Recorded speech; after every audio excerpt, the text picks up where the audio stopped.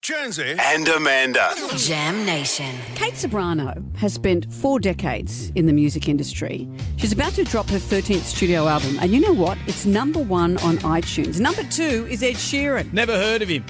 It's called My Life is a Symphony, and it's a celebration of her songwriting featuring her most iconic songs sung alongside the Melbourne Symphony Orchestra. Kate Ceberano, hi.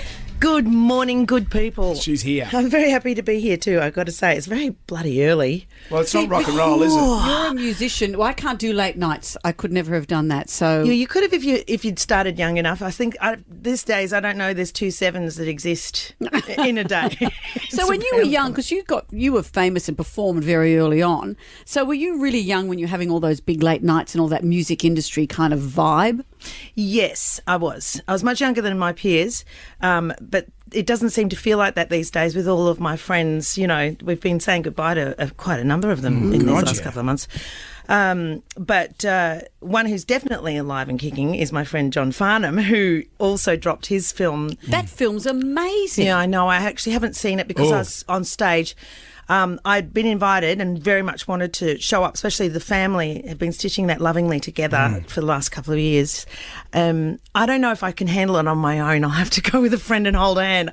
It's so close to home, isn't it? The whole deconstruction of a whole lifetime in music and the phoenix rising from the storm, and he's just gorgeous, isn't he? Well, I always think of you telling us that story when you were young and you were in the audience of Countdown and you're just looking at the stage and you just thought, I need to be up there. Yeah. I need to be up. Well, he'd already been there and kind of fallen from the perch, as it were. You know, that's where the film begins.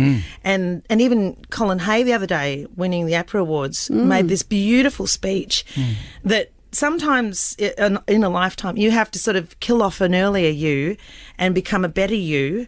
And if you hang in there long enough, you do discover that there is this incredible, I don't know, there's a wealth of information you can get about yourself as you get older. Yeah. And that's what I'm doing. I often think about that with Michael Hutchins, you know. Yeah, I know. That he didn't get to have Well, there was a period of his that time when they were coming back, it was a dark time for him because he thought, I'm a has-been. And and he wasn't. He was never a has-been. But I think in his mind, he couldn't get past it. If he just waited, if he just hung in there, like In Excess of His Still, because the reunion tour is such a big thing now. Yeah, most definitely. I mean, you know, and also, I suppose because COVID's changed the way we see mental health and other things.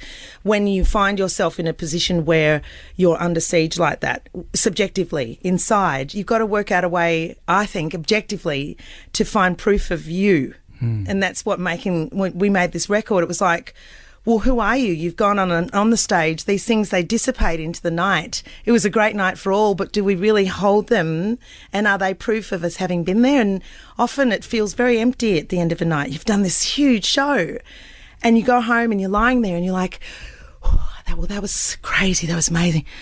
And then you'll wake up tomorrow morning and everyone will have moved on. And so it was like, okay, let's get this in the can and really and back myself, really, and say, as a songwriter for 40 years, these are the songs, they're my picks about, decades during my career, what I was seeing and experiencing and what it felt like to be there. And the symphony is so awesome. Like, I'm awestruck and I am a fan within the symphony. And so I stand there, bobbing along like a cork in the ocean going, I love this. What does it feel like to perform with a symphony orchestra? It's rather like seeing the sun, set and the sun rise again. It's like it's all of, I don't know how to put it. It's like it's up there with the gods. You half expect that when the sun rises, you hear that, and that is actually how a symphony feels. It's a lot of pressure, and listening to you, this is you doing Brave with the Symphony Orchestra.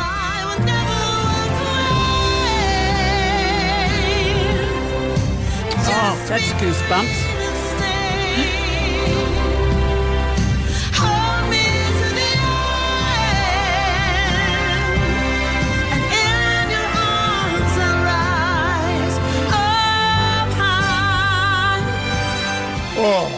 That's gorgeous. No pressure. What if you muck it up? No, I won't, because it doesn't really matter. Imperfections are all of what makes an artist at this age perfect, because you are bringing with you your entire house.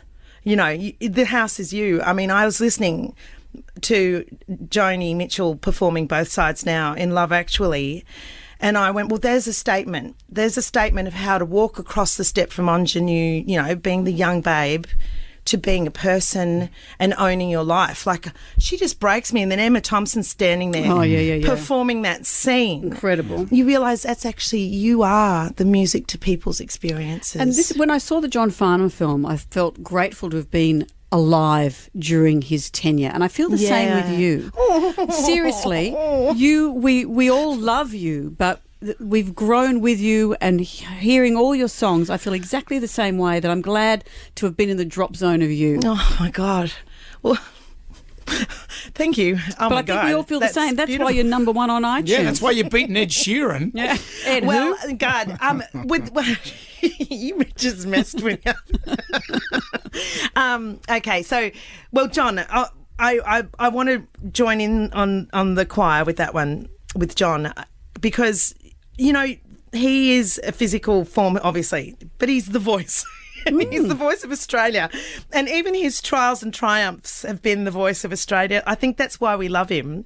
And I don't reckon, you know, I don't go into that personally. I don't think I'm of a generation where we share those, often the trials.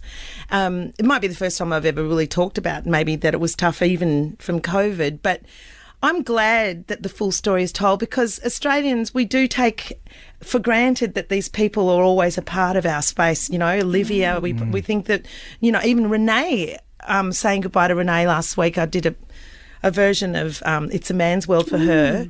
And honestly, she jumped into my skin and took me by, I felt like the power of her. And there's a great, I think, like you say, let's just look at who we have. And I think the government are doing a great job actually of supporting Australian music at the moment, and they'll do more of it, and you'll hear more of us, and we'll be around a lot longer. Well, that's what we want. We want you to live forever. I want you to be like Highlander. I don't want to live forever. I want you to be around for 1,000 years. I'd just like to know that guy in Highlander, actually. If I could go back in time and meet him, that'd be ace. Kate, it's always great to talk to you. The album My Life is a Symphony is out now via ABC Music. It's just great to see you. Thank you. So good to see you. Lots of love to you, Thank Kate. you for coming in. Thanks, guys. Thanks for having me.